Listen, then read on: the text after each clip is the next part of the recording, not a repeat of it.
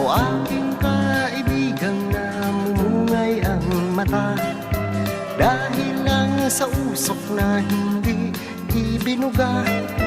Meron pa ba dyan panin naman, upang pangit ay magiging maganda? Kumikislap na ilaw o kay gandang tingnan, kung tanungin mo siya, iisa ang dahilan. Nababangga sa poste sa malawak na daan, sa tanghaling tapat nakakita ng buwan. O aking kaibigan na merong dala, ilabas mo na. Kita-kita sa mata,